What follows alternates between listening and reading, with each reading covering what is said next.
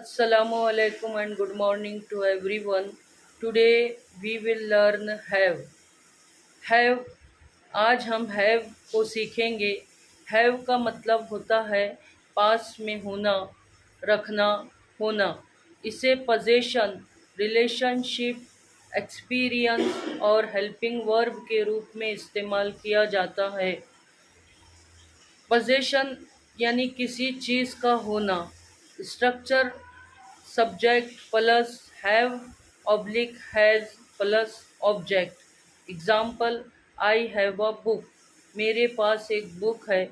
I जो है subject है।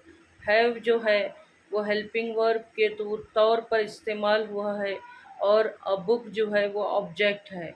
इसी तरह they have two children। They have two children.